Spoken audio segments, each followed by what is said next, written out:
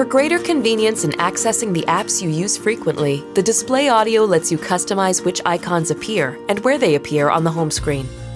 Press the Home button to go to the home screen. Note that you can move within the screen by either touching the arrows along the side or by swiping left or right. The home screen can have up to 5 pages.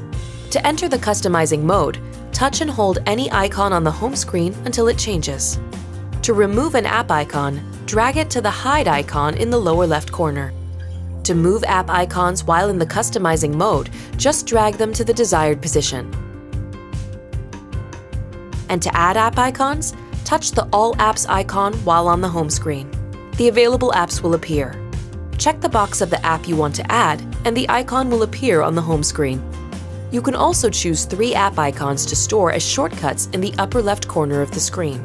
While in customizing mode, drag each desired icon to one of the 3 positions and drop it. When finished, touch Done.